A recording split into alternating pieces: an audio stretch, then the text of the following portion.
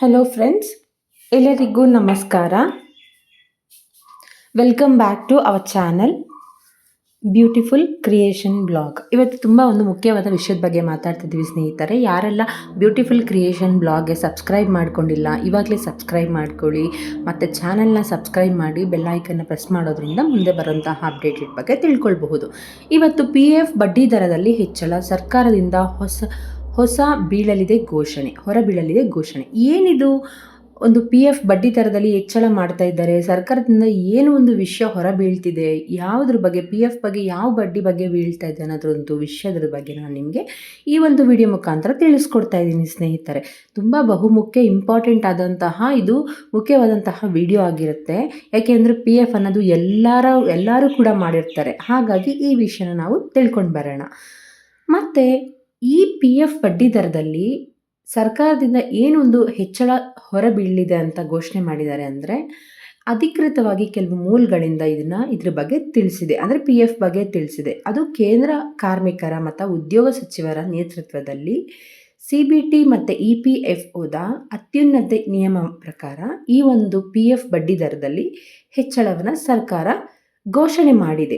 ಹಾಗಾಗಿ ಈ ಒಂದು ವಿಷಯದ ಬಗ್ಗೆ ಏನು ಹೆಚ್ಚಿಗೆ ಘೋಷಣೆ ಮಾಡಿರುವಂಥದ್ದು ಏನು, PF ಬಡ್ಡಿ ದರ ಎಷ್ಟಿರುತ್ತೆ, ಹೇಗೆ, ಅದರದ್ದು ನಿಯಮಗಳೇನು ಮತ್ತು ಯಾರಿಗೆಲ್ಲ ಇದು ಅನ್ವಯ ಆಗುತ್ತೆ, ಪ್ರತಿಯೊಂದು ಇನ್ಫಾರ್ಮೇಷನ್ನು ಕೂಡ ನಾನು ಈ ವಿಡಿಯೋ ಮುಖಾಂತರ ತಿಳಿಸ್ಕೊಡ್ತಾ ಇದ್ದೀನಿ ಸ್ನೇಹಿತರೆ. ಮತ್ತು ನೀವು ಈ ಒಂದು ಬಡ್ಡಿ ದರದ ಹೆಚ್ಚಳ ಬಗ್ಗೆ ತಿಳ್ಕೋಬೇಕು ಅನ್ನೋದಾದರೆ ವಿಡಿಯೋನ ಎಲ್ಲೂ ಸ್ಕಿಪ್ ಮಾಡದೆ ಕಂಪ್ಲೀಟ್ ವಿಡಿಯೋನ ವಾಚ್ ಮಾಡೋ ಮುಖಾಂತರ ನೀವು ಇದ್ರ ಬಗ್ಗೆ ತಿಳ್ಕೊಳ್ಬಹುದು.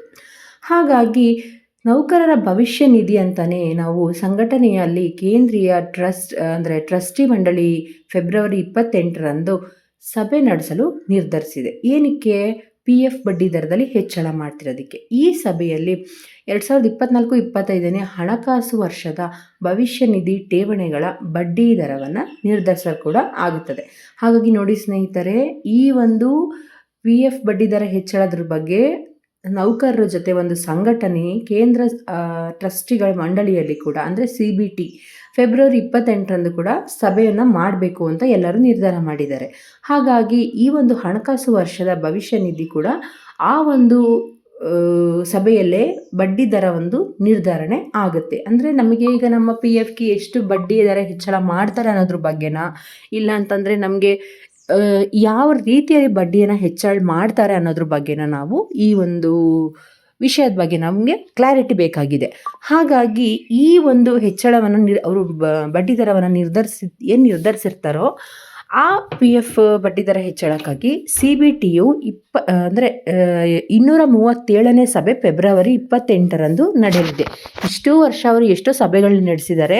ಈಗ ನಡೀತಾ ಇರುವಂತಹ ಸಭೆ ಬಂದು 237ನೇ ಫೆಬ್ರವರಿ 28ರಂದು ನಡೆಯಲಿದೆ ಎಂದು ಅಧಿಕೃತವಾದ ಒಂದು ಮೂಲಗಳಿಂದ ತಿಳಿದು ಬಂದಿದೆ.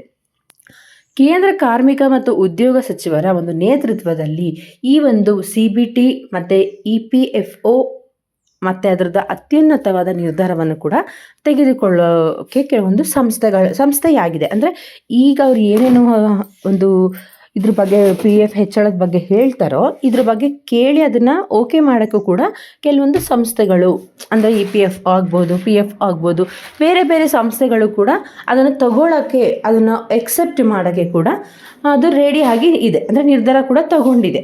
ಸೊ ಹಾಗಾಗಿ ಈ ಒಂದು PF ಬಡ್ಡಿ ದರದಲ್ಲಿ ಹೆಚ್ಚಳವನ್ನು ನಾವು 2023-24ನೇ ಆರ್ಥಿಕ ವರ್ಷಕ್ಕೆ EPFO ಭವಿಷ್ಯ ನಿಧಿ ಠೇವಣಿಗಳ ಮೇಲಿನ ಬಡ್ಡಿ ದರವನ್ನು ಎಷ್ಟಕ್ಕೆ ನಿಲ್ಲಿಸಿದ್ರು, ಎಷ್ಟಕ್ಕೆ ಮಾಡಿದ್ರು 23-24ಅಲ್ಲಿ ಅಂದರೆ 8.25ಕ್ಕೆ ನಿಗದಿಪಡಿಸಲಾಗಿತ್ತು. ಅಂದರೆ ನಿಮ್ಗೆ ಹೇಳ್ತಾ ಇದ್ದೀನಿ ಅಂತಂದರೆ 8% 25 ಅದಕ್ಕೆ ಅಂದರೆ ಈ ಒಂದು 8.25% ಅನ್ನೋ ಅಷ್ಟು ಬಡ್ಡಿಗೆ ನಮಗೆ ನಿಗದಿಪಡಿಸಲಾಗಿತ್ತು. ಯಾವ ವರ್ಷದಲ್ಲಿ? 23-24ನಲ್ಲಿ. ಆದರೆ ಮುಂಬರುವ ಸಭೆಯಲ್ಲಿ 24-25ನೇ ಸಾಲಿನ ಬಡ್ಡಿ ದರದಲ್ಲಿ ಈ ಒಂದು 8% ಏನು ಇಟ್ಟಿರ್ತಾರೋ 8ರ ಮೇಲೆ ಇದನ್ನು ಮತ್ತಷ್ಟು ಹೆಚ್ಚಿಸಬೇಕು ಅಂತ ಕೂಡ ಬದಲಾಗದೆ ಹಾಗೇ ಮುಂದುವರಿಯುತ್ತಾ ಎನ್ನೋದ್ರ ಬಗ್ಗೆ ಒಂದು ನಿರ್ಧಾರ. ನಾನು ನಿಮ್ಮ ಹತ್ರ ಆಗಲೇ ಹೇಳಿದೆ, ನಮಗೆ ಏನು PFಗೆ ಬಡ್ಡಿ ಬರ್ತಿದೆಯೋ ಅದರದ್ದು ಚೇಂಜಸ್ ಮಾಡ್ತಾರೋ, ಇಲ್ಲ ಇರೋದನ್ನೇ ಕಂಟಿನ್ಯೂ ಮಾಡ್ತಾರೋ, ಇಲ್ಲ ಹೆಚ್ಚಳ ಮಾಡ್ತಾರೋ ಅನ್ನೋದ್ರ ಬಗ್ಗೆನೇ ಈ ಒಂದು ಘೋಷಣೆ ನಿರ್ಧಾರ ಆಗಿದೆ ಅಂತ ಹೇಳ್ತಿದ್ದೆ. ಹಾಗೆಯೇ ಮುಂದುವರೆದು ಈ ಒಂದು ನಿರ್ಧಾರವನ್ನು ಹಿಂದಿನ CBT ಸಭೆಯಲ್ಲೂ ಕೂಡ ನವೆಂಬರ್ 30, 24ರಂದು ಕೂಡ ನಡೆಸಲಾಗಿತ್ತು. ನೋಡಿ, ಈ ಒಂದು ಸಿ ಬಿ ಟಿದು ಬಡ್ಡಿ ದರ ಹೆಚ್ಚಳವನ್ನು ಸರ್ಕಾರ ನವೆಂಬರ್ 30ನೇ ತಾರೀಕು 2024 ಕೂಡ ಆಲ್ರೆಡಿ ಮಾಡಿತ್ತಂತೆ. ಇದರಲ್ಲಿ ಏನಾಗಿದೆ, ಪಿ ಎಫ್ ಕ್ಲೈಮ್ ಮತ್ತು ಇತ್ಯರ್ಥಕ್ಕೆ ಬಡ್ಡಿ ಪಾವತಿಯ ಕುರಿತು ಮಹತ್ವದ ನಿರ್ಧಾರವನ್ನು ತಗೊಳ್ಬೇಕು ಅಂತ ಮಾತುಕತೆ ಆಗಿದೆ, ಅಂದರೆ ಡಿಸ್ಕಷನ್ ನಡೆದಿದೆ. ಇದರ ಪ್ರಕಾರ ಕ್ಲೈಮ್ ದಿನಾಂಕದವರೆಗೆ ಹೂಡಿಕೆ ಮೇಲೆ ಬಡ್ಡಿ ಪಾವತಿಸಬೇಕು ಅನ್ನೋದು ಒಂದು ಕೂಡ ನಿರ್ಧರಿಸಲಾಗಿದೆ. ಹೌದಲ್ವ ಸ್ನೇಹಿತರೆ? ಇದು ನೋಡಿ ಅವ್ರು ಮಾಡಿರುವಂಥದ್ದು ಹೇಗಿದೆ ಅಂತಂದರೆ, ಇಂದಿನ ಸಿ ಬಿ ಟಿಯಲ್ಲೂ ಕೂಡ ನಮಗೆ ನವೆಂಬರ್ 30ಕ್ಕೆ ಮೀಟಿಂಗ್ ಮಾಡಿಬಿಟ್ಟಿವರು ಪಿ ಎಫ್ ಕ್ಲೈಮ್ ಇತ್ಯರ್ಥಕ್ಕೂ ಕೂಡ ಬಡ್ಡಿ ಪಾವತಿ ಕುರಿತ್ಕೊಂಡು ಕೂಡ ಮಾತಾಡಿದ್ದಾರೆ. ಇದನ್ನು ತಗೋಬೇಕಂತ ಕೂಡ ಹೇಳಿದ್ದಾರೆ. ಇದ್ರ ಪ್ರಕಾರ ನೀವು ಏನು ಮಾಡ್ಕೊಬೋದು ಅಂದರೆ, ಕ್ಲೈಮ್ ಮಾಡ್ಕೊಬೋದು ದಿನಾಂಕದವರೆಗೆ. ನಿಮ್ಗೆ ಎಲ್ಲಿ ತನಕ ದಿನಾಂಕ ಇರುತ್ತೆ ಆ ಡೇಟ್ ತನಕ ಕ್ಲೈಮ್ ಮಾಡ್ಕೊಬೋದು. ಮತ್ತು ನೀವೇನು ಹೂಡಿಕೆ ಮಾಡಿರ್ತಾರ ಅದ್ರ ಮೇಲೆ ಬಡ್ಡಿ ಕೂಡ ನೀವು ಪಾವತಿಸುವಾಗಿ ನಿರ್ಧರಿಸಲಾಗಿದೆ ಅಂತ ಕೂಡ ಹೇಳಿದ್ರಂತೆ.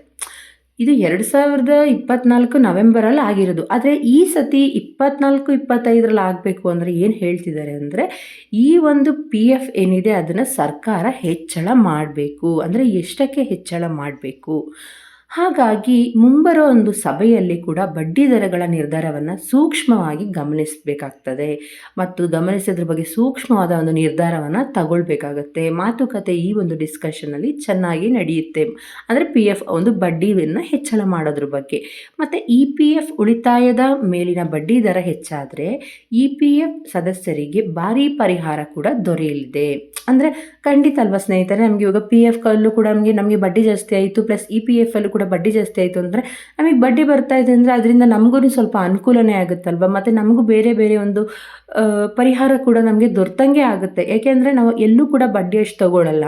ಒಂದು ಹ್ಯೂಜ್ ಅಮೌಂಟ್ನ ನಾವು ನಮ್ಮ ಲೈಫ್ ಟೈಮ್ಗೆ ಸೇವ್ ಮಾಡ್ಕೊಂಡಿರ್ತೀವಿ. ಹಾಗಾಗಿ ಇದು ಕೂಡ ಒಂದು ಉಪಯುಕ್ತವಾಗಿದೆ. ಹಾಗಾಗಿ ಇ ಪಿ ಎಫ್ ಸದಸ್ಯರಿಗೆ ಇದೊಂದು ಪರಿಹಾರ ದೊರೆಯಲಿದೆ. ಮತ್ತು ಇ ಪಿ ಎಫ್ಗೆ ಕೊಡುಗೆ ನೀಡುವ ಸದಸ್ಯರ ಸಂಖ್ಯೆ ಕೂಡ ದಿನದಿಂದ ದಿನಕ್ಕೆ ಹೆಚ್ಚುತ್ತಿದೆ. ಯಾಕೆ ಅಂದರೆ ಪ್ರತಿಯೊಬ್ಬರು ಕೂಡ ಇವಾಗ ಒಂದು ಎಂಪ್ಲಾಯೀಸ್ ಆಗ್ತಾ ಇರೋರಾಗಲಿ, ಪರ್ಮನೆಂಟ್ ಎಂಪ್ಲಾಯಿ ಆಗಲಿ, ಯಾರೇ ಆಗಲಿ, ಅವ್ರಿಗೊಂದು ಸರ್ಕಾರ ರಿಲೇಟೆಡೇ ಇರಲಿ, ಇಲ್ಲಾಂದರೆ ಪ್ರೈವೇಟ್ ರಿಲೇಟೆಡ್ ಇರಲಿ, ಪ್ರತಿಯೊಬ್ಬರು ಕೂಡ ಇ ಪಿ ಎಫ್ಗೆ ಒಂದು ಕೊಡುಗೆನ ಮಾಡಬೇಕು ಮುಂದೆಗೆ ಅಂತೇಳಿ ಯೋಚನೆ ಮಾಡ್ತಾರೆ. ಹಾಗಾಗಿ ದಿನದಿಂದ ದಿನಕ್ಕೆ ಅದಕ್ಕೂ ಕೂಡ ಬೇಡಿಕೆ ಹೆಚ್ಚಾಗಿದೆ. ಜೊತೆಗೆ ಇ ಪಿ ಎಫ್ ಒ ತನ್ನ ಕಾರ್ಯಾಚರಣೆಯಲ್ಲಿ ಮಾಡುತ್ತಿರುವ ಸುಧಾರಣೆಗಳು ಮತ್ತು ಸದಸ್ಯರ ಅನುಕೂಲಕ್ಕಾಗಿ ಮಾಡ್ತಿರೋ ಬದಲಾವಣೆಗಳನ್ನ ಬಹಳ ಸ್ವಾಗತಿಸಲಾಗಿದೆ. ಬಿಕಾಸ್ ಅದರಿಂದ ನಮಗೆ ತುಂಬ ತರಹದ ಸಹಾಯ ಆಗಲಿ, ತುಂಬ ಥರದ ಪರಿಹಾರ ಆಗಲಿ, ತುಂಬ ತರಹದ ಯೋಜನೆಗಳಾಗಲಿ ನಮಗೆ ದೊರೀತಾ ಇದೆ. ಆ ಒಂದು ಇ ಪಿ ಎಫ್ಗೆ ನಮಗೆ ಸಿಗುವಂತಹ ಒಂದು ಕಾರ್ಯ ಮಾಡ್ತಿರುವಂಥ ಒಂದು ಸುಧಾರಣೆಗಳನ್ನ ಬೇರೆದಕ್ಕೆ ಹೋಲಿಕೆ ಮಾಡಿದ್ರೆ ತುಂಬ ಕಡಿಮೆ ಆಗಿದೆ. ಹಾಗಾಗಿ ದಿನದಿಂದ ದಿನಕ್ಕೆ ಈ ಒಂದು ಯೋಜನೆಗೆ ಬಹಳ ಸ್ವಾಗತಿಸಲಾಗ್ತಿದೆ. ಅಂದರೆ ತುಂಬ ಜನ ಓಪನಿಂಗ್ ಕೂಡ ಮಾಡ್ತಾ ಇದ್ದಾರೆ ಈ ಒಂದು ಯೋಜನೆಯನ್ನು. ಈ ಪರಿಸ್ಥಿತಿಯಲ್ಲಿ ಇ ಪಿ ಎಫ್ ಬಡ್ಡಿ ದರವು ಗಣನೀಯವಾಗಿ ಹೆಚ್ಚಾಗುವ ನಿರೀಕ್ಷೆಯಲ್ಲಿದೆ. ಈಗ ಒಂದು ಕಂಪನಿಯಲ್ಲಿ 10 ಎಂಪ್ಲಾಯಿ ಇದ್ದು ಅಲ್ಲಿಗ 100 ಎಂಪ್ಲಾಯಿ ಆಗಿದ್ರೆ ಕಂಪನಿ ಹೇಗೆ ಇಂಪ್ರೂವ್ ಆಗ್ತಾ ಇದೆ ಅಂದರೆ ಹಾಗೆಯೇ ಈ ಇ ಪಿ ಎಫ್ ಕೂಡ ದಿನದಿಂದ ದಿನ ಹೆಚ್ಚಾಗ್ತಿದೆ. ಹಾಗಾಗಿ ಜನರು ಬಡ್ಡಿನ ಎಕ್ಸ್ಪೆಕ್ಟ್ ಮಾಡ್ಬೋದು. ಇದ್ರ ಬಗ್ಗೆ ಎಲ್ಲ ಮೀಟಿಂಗಲ್ಲಿ ನಡೆಯುತ್ತೆ, ಡಿಸ್ಕಷನ್ ಆಗುತ್ತೆ ಅನ್ನೋದನ್ನು ನಾವು ಈ ಒಂದು ವಿಡಿಯೋ ಮುಖಾಂತರ ತಿಳ್ಕೊಂಡು ಬಂದ್ವಿ ಸ್ನೇಹಿತರೆ. Thanks for watching. ಹೆಚ್ಚಿನ ಮಾಹಿತಿಗಾಗಿ ಬ್ಯೂಟಿಫುಲ್ ಕ್ರಿಯೇಷನ್ ಬ್ಲಾಗ್ನ ಚಾನಲ್ನ ಸಬ್ಸ್ಕ್ರೈಬ್ ಮಾಡಿ ಮುಂದೆ ಬರುವಂಥ ವೀಡಿಯೋಸ್ ಬಗ್ಗೆ ತಿಳ್ಕೊಳ್ಬಹುದು.